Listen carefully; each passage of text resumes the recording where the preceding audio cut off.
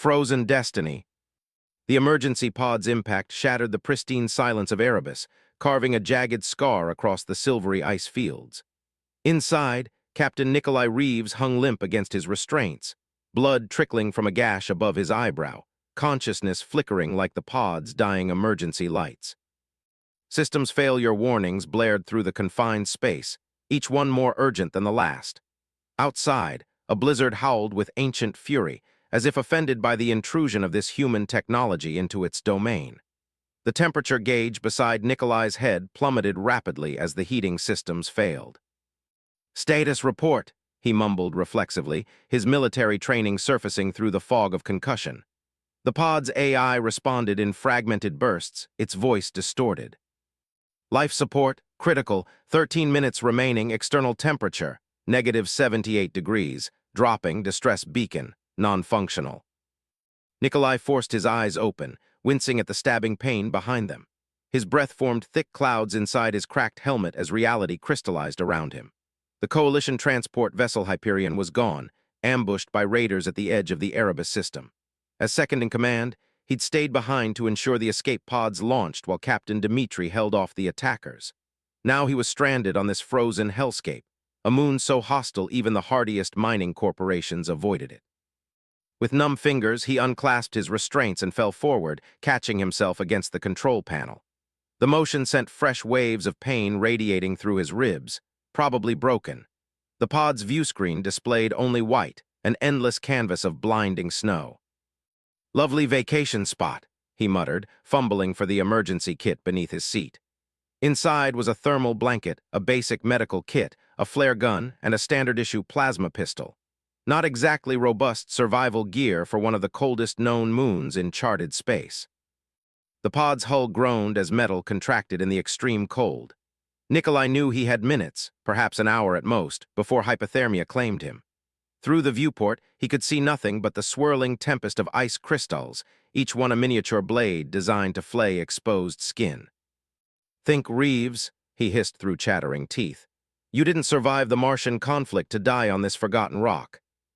He forced himself to the pod's hatch, wrenching it open against the howling wind. The cold hit him like a physical blow, stealing his breath. His suit, designed for brief exposure to vacuum, offered minimal protection against sustained extreme temperatures. The emergency beacon on his wrist confirmed what he already knew. No one was coming. The distress signal couldn't penetrate the electromagnetic storms that perpetually shrouded Erebus.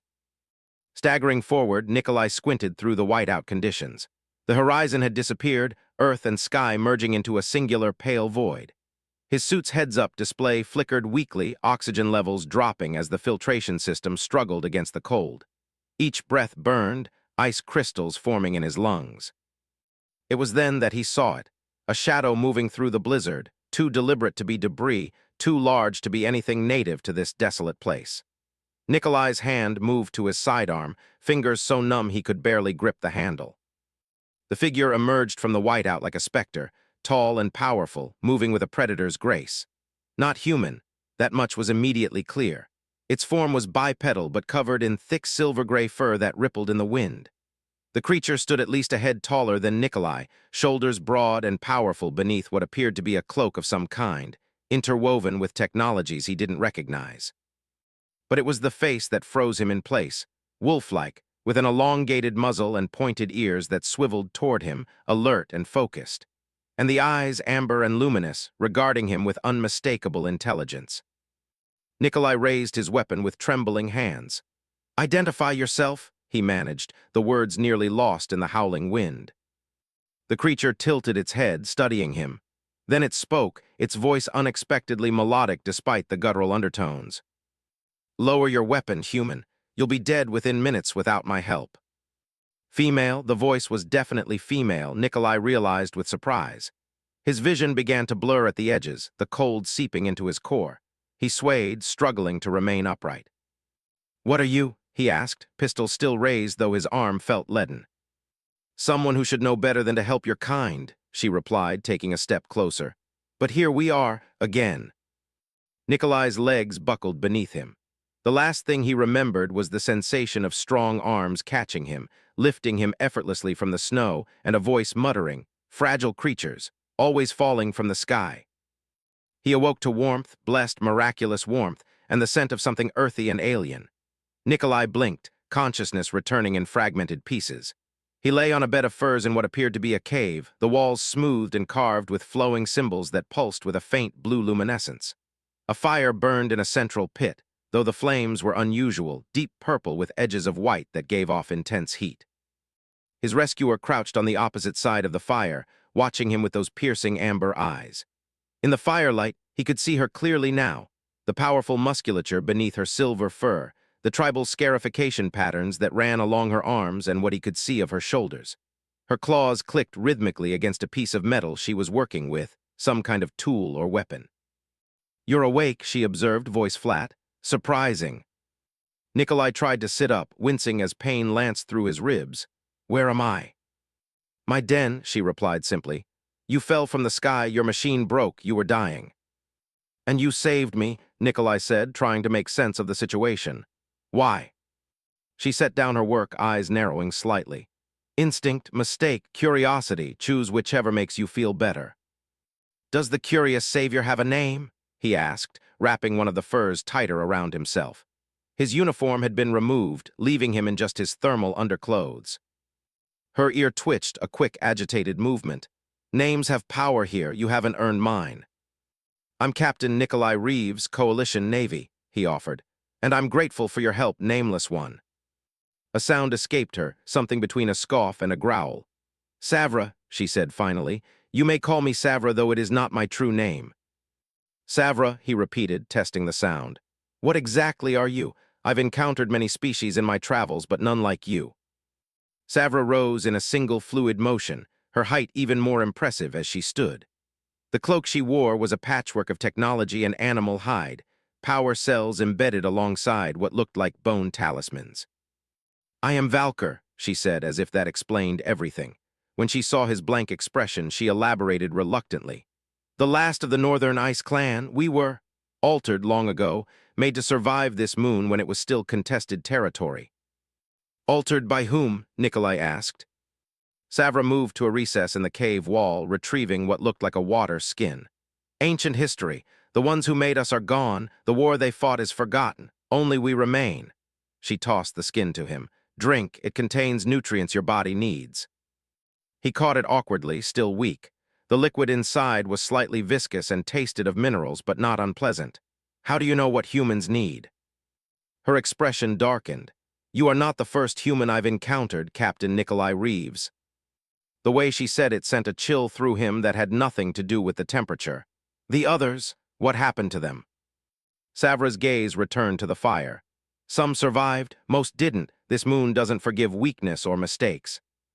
"Will you help me get off this moon?" he asked directly. Her laugh was sharp, almost pained. "There is no off this moon, human, not for you, not anymore." "My people will come looking for me," Nikolai insisted. "Perhaps," Savra acknowledged.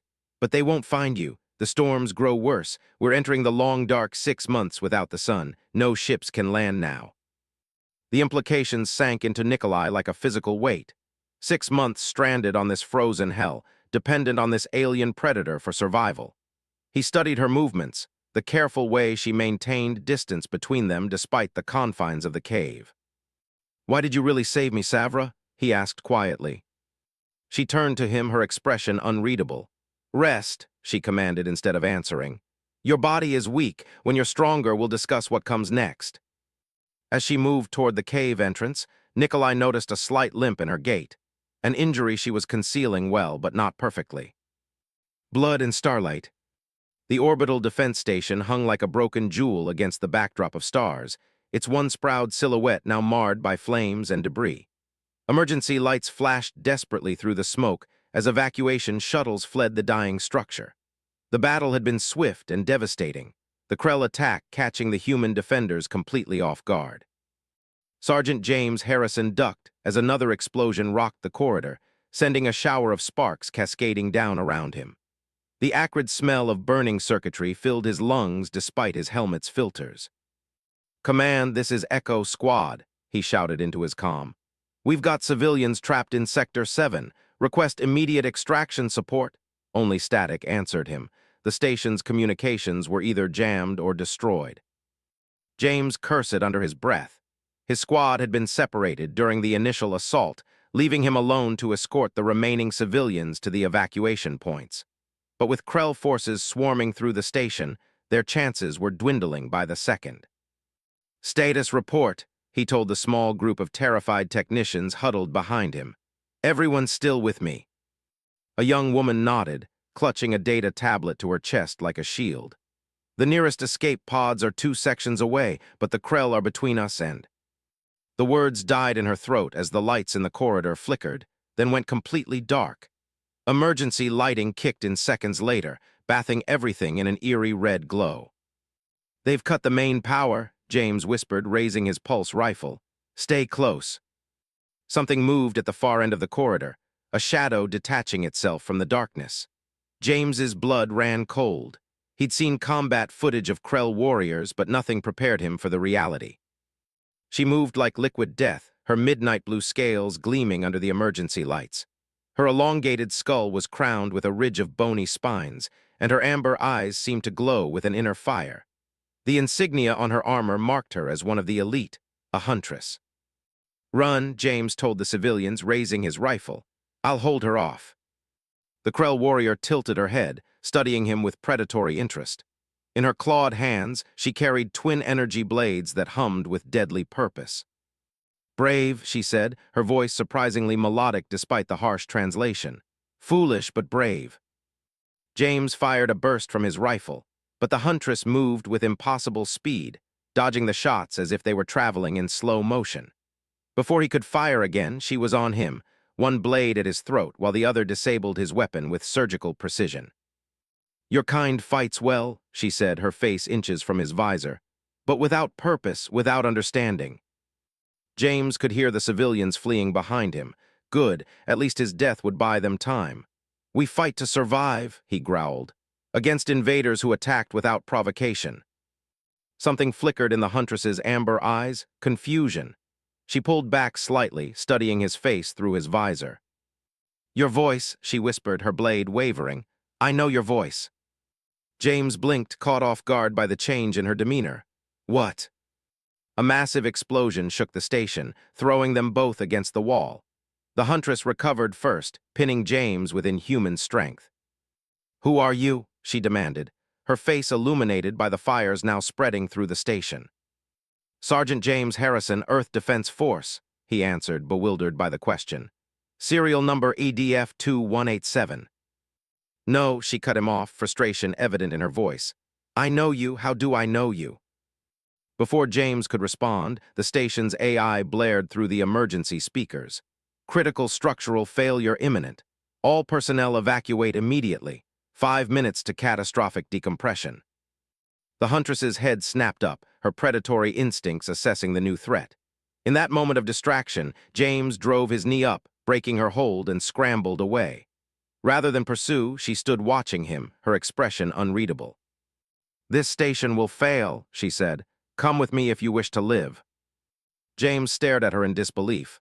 "You're joking, right? You were just trying to kill me." "I was," she acknowledged, sheathing one of her blades. "But now I must know why you are familiar to me. There is something, a memory I cannot grasp." Another explosion rocked the station, closer this time. James had seconds to decide. "The civilians," he said. "I can't leave them." "They are beyond your reach now," she replied without emotion. "Choose quickly, human, life or death." James knew she was right. He couldn't reach the evacuation point in time. With a silent apology to his commanding officers, he nodded. "Lead the way."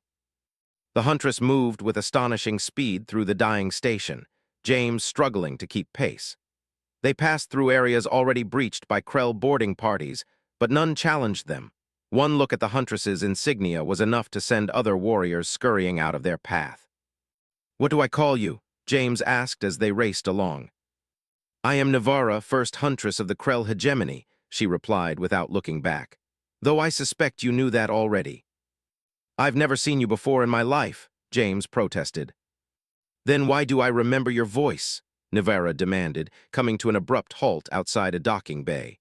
"Why does it echo in my mind like a forgotten song?" James shook his head. I don't know, maybe you've interrogated other human prisoners. Nivara's golden eyes narrowed. I do not interrogate, I hunt, I kill. Charming, James muttered. So why am I still breathing? Nivara didn't answer. Instead, she approached a sleek Krell shuttle docked at an emergency airlock. With a series of quick commands on her wrist device, the shuttle's hatch slid open. Enter, she ordered. We have little time. James hesitated at the threshold. Where are you taking me? Away, Nivara replied simply. The station will be destroyed. My squadron will assume I perished in the explosion. And your superiors? Nivara's expression hardened. Will not question the disappearance of a first huntress. James took a deep breath and stepped into the shuttle. The interior was designed for Krell physiology, taller, narrower spaces with control surfaces optimized for their elongated fingers. Nivara moved to the pilot's position, her movements fluid and precise. As the shuttle disengaged from the dying station, James watched through the viewport as fires consumed the structure. Somewhere inside were civilians he'd sworn to protect, colleagues he'd trained with, friends he might never see again. And here he was, fleeing with the enemy. Nivara, he said quietly, why are you doing this? The huntress's hands paused over the controls. I do not know, she admitted, her voice carrying a note of genuine confusion. I have never failed to complete a hunt, never questioned my duty, until I heard your voice, until I saw your face. The station exploded behind them in a spectacular ball of fire and debris. The shockwave caught the shuttle, sending it spinning out of control. Nivara fought with the controls, her face set in grim determination. James grabbed onto a support beam as the shuttle tumbled through space. Can you stabilize it? He shouted over the alarms blaring throughout the craft. Navigation is damaged, Nivara replied, her voice unnaturally calm as she worked. We are caught in the planet's gravity well. Prepare for emergency landing. James barely had time to secure himself before the shuttle hit the atmosphere. The craft shook violently, heat shields straining against the friction. Through the viewport, James could see the planet's surface approaching, a patchwork of forests and rocky terrain. This will not be gentle, Nivara warned as she fought to guide their descent. Story of my life, James muttered, bracing for impact. The shuttle slammed into the ground, skidding through trees and rock for what felt like an eternity before finally coming to rest in a small clearing. For a moment, everything was silent except for the hiss of cooling metal and the distant sound of wildlife disturbed by their violent arrival. James unstrapped himself, checking his body for injuries. Aside from bruises and a possible cracked rib, he appeared intact. Nivara was slumped over the controls, a trickle of dark blue blood running from a cut on her forehead. He hesitated, then moved to her side. Enemy or not, she had saved his life. Nivara, he said, gently shaking her shoulder. Are you okay? You're hurt, he observed. Savra paused, shoulders stiffening. The raiders who attacked your ship, she said without turning. They've landed parties on the surface, hunting something or someone. She glanced back at him, eyes glowing in the dimness. Sleep while you can, Captain. When the storm breaks, we move. With that, she slipped out through a narrow passage, leaving Nikolai alone with the crackling fire and the distant howl of the wind. A sound that now seemed less like mindless fury and more like a warning. Dawn never truly came to Erebus during the long dark, only a faint lightening of the perpetual night to a deep twilight blue. Nikolai stood at the cave entrance, watching as Savra tracked something in the distance, her powerful form silhouetted against the stark landscape. 3 days had passed since his rescue, 3 days of recovery and uneasy coexistence. His ribs still ached, but the strange salve Savra had applied was remarkably effective. His strength was returning, though not quickly enough for either of their liking. She moved with predatory efficiency, checking traps she had laid the previous night, collecting what looked like crystalline growths from beneath the ice. You should be conserving energy, she called without looking back at him, her hearing evidently as sharp as her other senses. I've been lying down for days, Nikolai replied. I need to move or my muscles will atrophy. Savra turned, snow clinging to her fur in glittering patterns. Human fragility, she muttered, though without the edge her voice had carried earlier in their acquaintance. She approached, pulling something from a pouch at her side. Eat this, it will help. Nikolai accepted the offering, a strip of dried meat that glowed faintly blue along its edges. Do I want to know what this is? Probably not, she said, the corners of her mouth twitching in what might have been the ghost of a smile. But it won't kill you. I've been adding trace amounts to your broth. He took a cautious bite. The flavor was intense, like smoked salmon but with undertones of something electric, almost metallic, strangely addictive. The storm's intensity is decreasing, Savra observed, ears swiveling toward the horizon. By nightfall, we should move to the higher caves. Because of the raiders? Nikolai asked, finishing the meat strip. Savra nodded, her expression grim. 3 parties, heavy weapons, not typical pirates. She studied him. They want something specific. Could be salvage from the Hyperion, Nikolai suggested. Military tech fetches high prices. Perhaps, Savra conceded, though she sounded unconvinced. Gather what you can carry, we leave at next dark. As she turned to go, Nikolai caught her arm, an impulsive action he immediately regretted when she tensed, claws extending reflexively. He released her instantly. Sorry, he said quickly, but thank you for saving me, for helping me. Savra's eyes searched his face as if looking for deception. Don't thank me yet, human, you're still going to die on this moon, just not today. She paused, then added more softly, and not alone. Later, as they prepared to relocate, Nikolai watched Savra methodically pack supplies. Despite her fierce appearance, there was a careful precision to her movements, a thoughtfulness that belied her predatory nature. How long have you been alone here? He asked. Her hands stilled momentarily before resuming their work. Time moves differently on Erebus, but by your counting, 17 cycles, 17 years. The admission struck him like a physical blow. 17 years, alone. Not entirely, she replied cryptically. There are others like me scattered across the ice plains. We avoid each other. Territory disputes end, messily. And humans, you mentioned others before me. Savra's ears flattened against her skull. Science teams, military scouts, smugglers, most die quickly. The cold, the predators, their own stupidity. Nikolai caught something in her tone, a carefully concealed wound, but not all of them. One survived longer, she acknowledged after a lengthy silence. A xenobiologist, Garrett, he studied our kind, learned our ways, her voice hardened. Then he betrayed that knowledge. What happened? He discovered the bond, she said, turning to face him fully. Among my kind, when we share our warmth with another, consistently, willingly, a physiological connection forms, biochemical, pheromonal, permanent. Nikolai processed this information, like a mating bond. More intricate, once established, separation becomes painful, eventually fatal. Her amber eyes held his. Garrett formed this bond with a female from the Southern Reach clans. Then he left on a supply ship. She tracked him for months, going slowly mad from the separation. What happened to her? What happens to any wounded, desperate creature, Savra said coldly. She became dangerous, had to be put down. The implications hung in the air between them. Nikolai finally understood why Savra maintained her distance, why she watched him with such guarded eyes. Not just caution, fear. Not of him, but of connection itself. Is that why you live alone? To avoid the risk. Savra hefted her pack, avoiding his gaze. We should move. The raiders will have thermal scanning equipment. We need altitude and cover. They emerged into the biting cold, the temperature having dropped even further with the fatting light.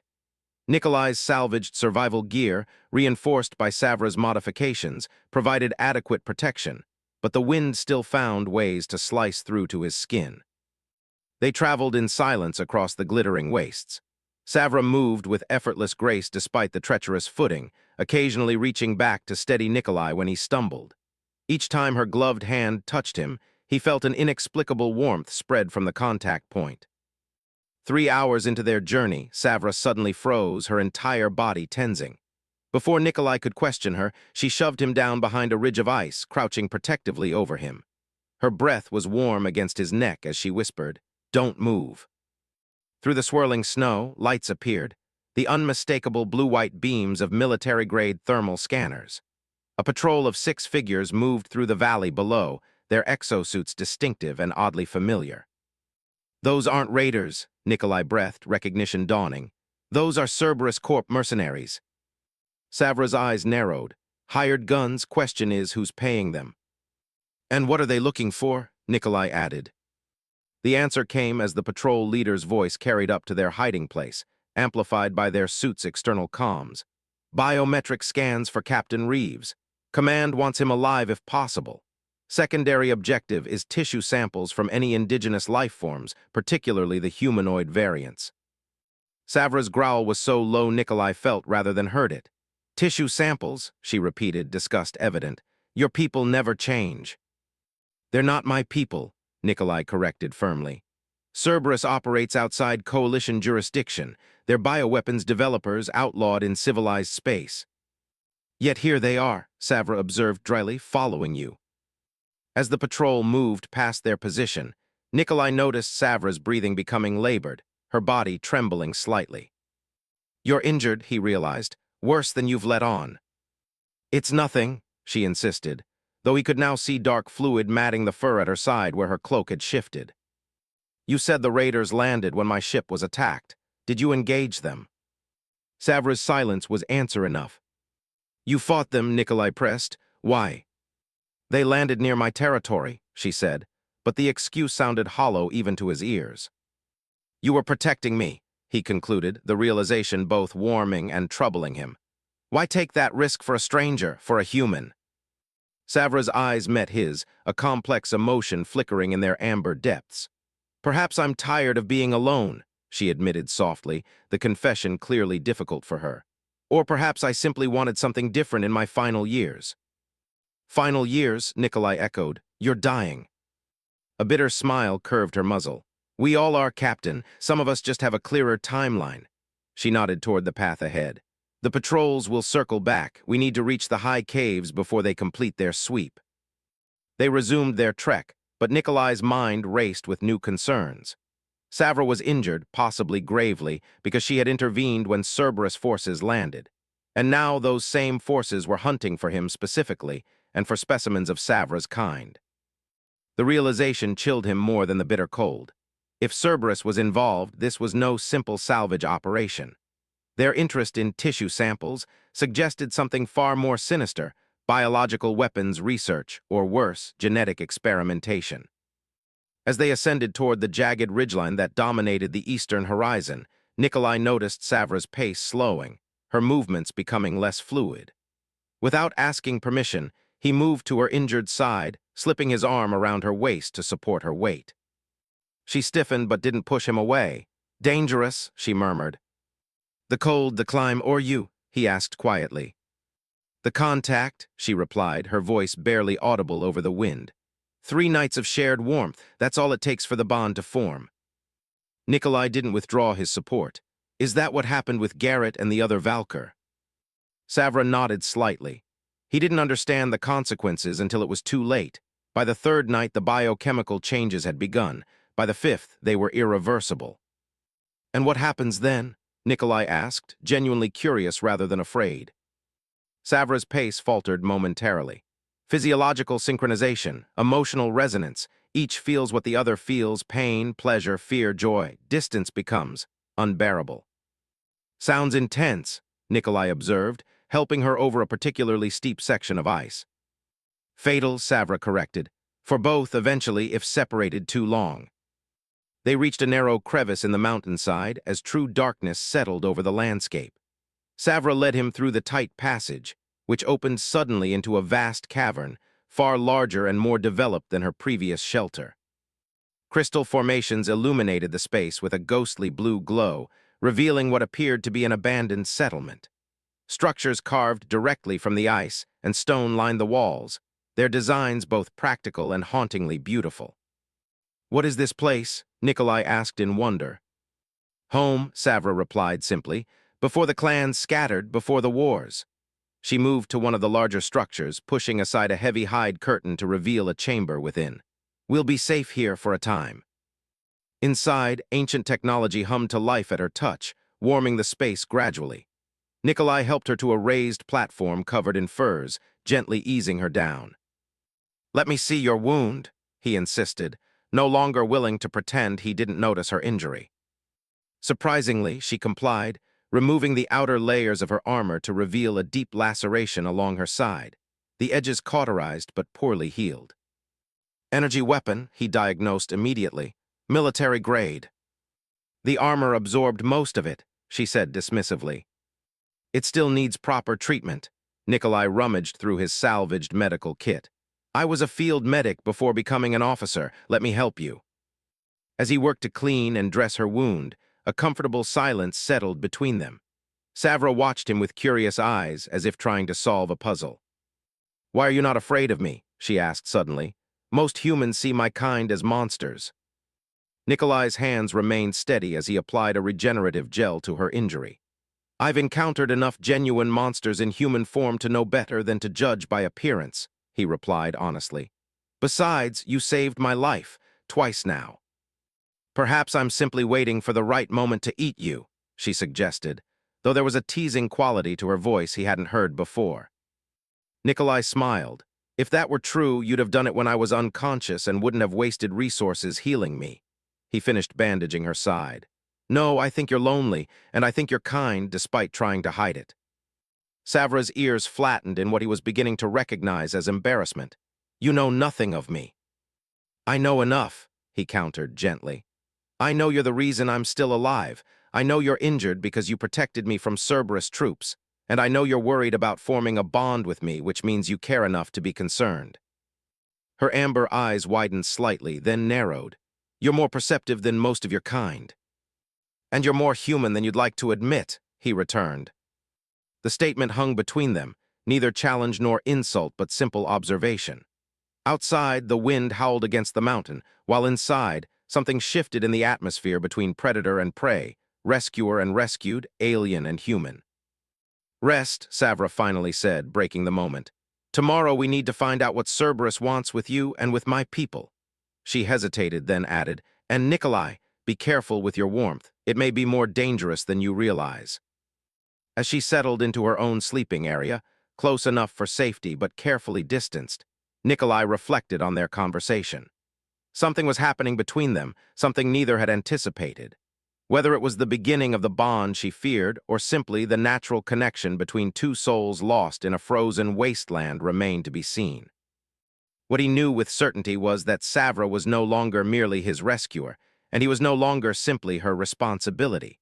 What they were becoming to each other was far more complex, and potentially far more dangerous.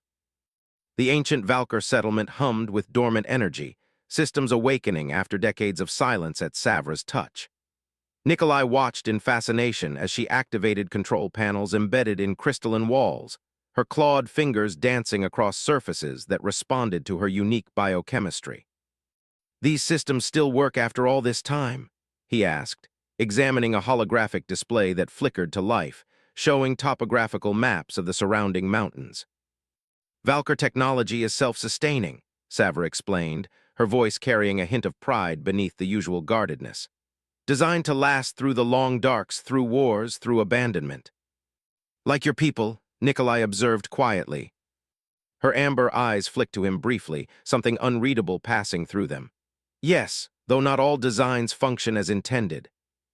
4 days had passed since they'd reached the settlement. 4 days of recovery, of planning, of increasingly comfortable silence between them. Savra's wound was healing rapidly, faster than human tissue would, but the energy weapon had left lingering damage that even her enhanced biology struggled to repair. Nikolai had insisted on checking her bandages daily, a routine that brought them into unavoidable proximity. Each time, he noticed her breathing change slightly when his fingers brushed against her fur, a subtle acceleration that mirrored his own quickening pulse. The Cerberus patrols have altered their search pattern, Savra announced, gesturing to the holographic terrain map where red dots indicated enemy movements. They're concentrating their forces here and here, the thermal vents and the old research outpost. Nikolai studied the formations with a tactical eye. They're not just looking for me, he concluded. Not with this level of resource allocation. They want something else. Something Valkyr, Savra agreed grimly. Their bioscanners are calibrated for our genetic signature. But why? Nikolai pressed, moving closer to the display. Your people have been isolated on this moon for generations. Why would Cerberus suddenly take interest? Savra's ears flattened against her skull, a tell he now recognized as discomfort or concern. Perhaps not so suddenly, she said softly. The scientist Garrett, he took samples, blood, tissue, hormone extracts, particularly related to the bonding process.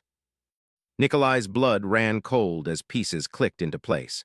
Cerberus specializes in bioweapons and chemical warfare, a compound that creates unbreakable loyalty that forms permanent physiological connections. Would be valuable, Savra finished for him, especially to those who view others as tools rather than beings. The implications were horrifying. A weaponized version of the Valkyr bond could create perfect soldiers, spies who couldn't betray their handlers, prisoners who could be controlled through biochemical dependencies. We need to contact the Coalition, Nikolai said firmly. This goes beyond my rescue or survival now, if Cerberus weaponizes your biology. Your communication devices are destroyed, Savra reminded him, and no signal penetrates the electromagnetic storms during long dark. Nikolai ran a hand through his hair, frustration mounting. There must be something we can do. Savra was silent for a long moment, her tail swishing pensively behind her. Finally, she gestured toward a sealed door at the far end of the chamber. There might be. The door hissed open at her touch, revealing a smaller room dominated by what appeared to be ancient communication equipment. Unlike the elegant, organic lines of most Valkyr technology, this setup was clearly a hybrid, their crystalline components integrated with recognizable human tech. Is that Coalition equipment? Nikolai asked in disbelief. Garrett wasn't the only human to find shelter with the Valkyr, Savra explained, running her hand along the console. 30 years ago, a Coalition science vessel crashed during a magnetic storm. The survivors lived among us for nearly a decade before rescue finally came. And they built this? Savra nodded. A communication relay powerful enough to pierce the electromagnetic interference. It drains enormous power, can only be used briefly, and only during certain alignments of Erebus with its parent planet. Hope surged within Nikolai. When's the next alignment? Tomorrow, Savra replied, at peak darkness. Their eyes met across the dimly lit chamber, understanding passing between them without words. If they could activate the relay and contact Coalition forces before Cerberus discovered their location, they might prevent a biological weapon that could enslave thousands. Why show me this now? Nikolai asked. Why trust me with technology your people have kept hidden? Savra's expression softened almost imperceptibly. Because in 3 nights together you haven't once treated me as lesser, as something to be used or studied or feared. She looked away, as if embarrassed by the admission. And because I feel the change is beginning. The bond, the physiological connection she had warned him about. Nikolai realized with sudden clarity that each night they had spent in proximity, sharing the same space, breathing the same air, had brought them one step closer to an irreversible link. Savra, he began, but she raised a hand to silence him. No, listen. If we succeed tomorrow, if your people come, you must leave this moon, immediately, before the bond completes. And if I don't want to leave? The question escaped before he could consider its implications. Savra's eyes widened, the amber glow intensifying. You don't understand what you're saying. The bond is not a human connection, not a choice that can be unmade. It is cellular, primal. It would change you. Perhaps I want to be changed, Nikolai replied, surprising himself with his certainty. Their conversation was interrupted by a distant alarm, one of the perimeter sensors Savra had reactivated upon their arrival. Her posture instantly shifted from open to alert, predatory instincts taking over. Cerberus, she growled, checking the security feeds. A small team, 4 soldiers, they've found one of the entrance tunnels. Nikolai moved to her side, military training asserting itself. Weapons. Limited, Savra admitted. My rifle, your sidearm. The ancient armory might still have functioning equipment, but we'd need time to access it. Then we improvise, Nikolai decided. Buy ourselves time until tomorrow's alignment. What followed was a desperate shadow war through the sprawling settlement complex. Nikolai and Savra used their intimate knowledge of the tunnels to set traps, to misdirect, to divide the Cerberus team. They communicated with subtle gestures, anticipating each other's movements with uncanny precision. In one heart-stopping moment, a mercenary cornered Nikolai in a storage chamber. Before the soldier could fire, Savra appeared like a silver ghost, her movements almost too fast to track. The mercenary's scream echoed briefly before being silenced, his weapon clattering to the icy floor. Savra stood over the fallen soldier, breathing heavily, blood staining her claws. Her eyes met Nikolai's, wild and luminous in the darkness, seeking judgment or fear. Instead, he moved to her side, taking her blood-stained hand in his own. "Thank you," he said simply. Her muscles relaxed beneath his touch. "You're not repulsed," she observed, surprise evident in her voice. "You protected me," Nikolai replied. "Again, I'm beginning to lose count of how many times you've saved my life." A ghost of a smile touched her muzzle. "Perhaps one day you'll return the favor." The opportunity came sooner than either expected. As they retreated to the communication chamber, the final two Cerberus mercenaries ambushed them from an overhead passage. A burst of energy fire caught Savra in her already injured side, sending her crashing to the ground with a pained snarl. Something snapped inside Nikolai at the sight of her wounded form. With cold precision, he raised the fallen mercenary's weapon and fired twice, dropping both attackers before they could adjust their aim. There was no hesitation, no doubt, only the absolute certainty that nothing would harm Savra while he drew breath. He rushed to her side, heart pounding with fear. "Stay with me," he urged, applying pressure to the freshly opened wound. "We're too close to give up now." Savra's eyes fluttered, her breathing shallow. "The bond," she whispered. "It's affecting you already, making you protective." "That's not the bond," Nikolai insisted, gently lifting her. "That's just me." He carried her to their quarters, laying her carefully on the furs. Her blood soaked through the bandages he hastily applied, darker than human blood, with a faint bioluminescent quality. "The alignment," she reminded him weakly. "You must be ready to transmit when the window opens." "I'm not leaving you," he said firmly. Her clawed hand gripped his wrist with surprising strength. "You must. This is bigger than either of us." Reluctantly, Nikolai prepared the ancient communication equipment according to Savra's instructions. The alignment would last less than 5 minutes, barely enough time to transmit their coordinates and a warning about Cerberus's activities. As peak darkness approached, Savra's condition deteriorated. The energy weapon had caused more damage than initially apparent, interfering with her natural healing abilities. Nikolai divided his attention between the communication console and her bedside, fear growing with each labored breath she took. When the alignment finally arrived, the ancient machinery hummed to life, crystals glowing with accumulated power. Nikolai transmitted the emergency message to coalition frequencies, including detailed data on Cerberus operations and the potential bioweapon development. The moment the transmission completed, he rushed back to Savra's side. Her fur had lost its luster, her once bright eyes now dull with pain. "It's done," he told her, taking her hand in his. "Help will come." "For you," she murmured, "not for me." "For both of us," Nikolai insisted. "I'm not leaving without you." A weak laugh escaped her. Still stubborn, still human. Her eyes found his, suddenly clear and intense. "3 nights, Nikolai. We've shared warmth for 3 nights. Do you feel it?" He did. A strange awareness had been growing. A sense of her emotions, her pain, her fear, as if they existed within him alongside his own feelings. More than empathy, more than concern, something primal and unbreakable. "Yes," he admitted, "I feel it." "Then you understand why you must leave when your people come," she said softly. "The separation will kill us both otherwise." Nikolai brought her hand to his lips, pressing a gentle kiss to her palm. "There's another option," he said. "I stay." Savra's eyes widened. "You can't, your life, your duty." "My duty is to protect life," he interrupted gently. "Including yours, including ours." "You would choose exile on this frozen moon." "I would choose you," he corrected.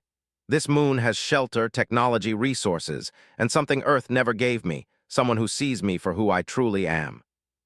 As if his words had given her strength, Savra pushed herself upright, wincing with the effort. Her eyes searched his face, looking for doubt or deception and finding none. "You don't know what you're offering," she warned.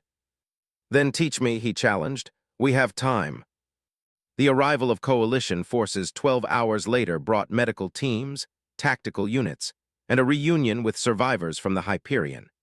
Captain Dmitri had survived the attack and led the rescue operation himself, following Nikolai's transmission. The debriefing was tense, particularly when Nikolai announced his intention to remain on Erebus. His commanding officers argued, threatened, attempted to persuade him with promises of promotion and honors. In the end, it was Captain Dmitri who silenced the objections. "I know that look," the old spacer said, clasping Nikolai's shoulder. "Saw it in my own eyes when I met my wife on Titan Colony. You found your home, son. Not everyone's lucky enough to recognize it when they do." The coalition established a permanent outpost on Erebus, both to monitor Cerberus activities and to study the unique properties of the moon's ecosystem. Savra, initially wary of the human presence, gradually became an invaluable liaison between her scattered people and the newcomers. The bond between Nikolai and Savra deepened with time, their connection transcending the initial biochemical attraction to become something neither culture had words to describe. They were neither fully human nor fully Valkyr, but something new, a bridge between worlds. On clear nights, when the storms briefly subsided and Erebus's parent planet hung luminous against the star-filled sky, they would stand together at the entrance to their shared den, her silver fur contrasting with his dark hair as they gazed upward. "Do you regret it?" she asked once, her voice carrying that melodic quality that still entranced him. "Staying, changing." Nikolai turned to her, taking in the fierce beauty that had become as essential to him as breath. "How can I regret finding purpose, finding home?" He drew her closer, feeling the synchronized beating of their hearts, the most tangible sign of their bond. "Besides, I rather like the adaptations." He flexed his hands, where subtle changes had begun. Slightly elongated fingers, nails hardened into claws, enhanced night vision, increased tolerance for cold. The bond had changed him physically, just as it had opened Savra to emotions she had long suppressed. "The elders would say we've created something dangerous," she murmured against his chest. "Something that breaks all the old rules."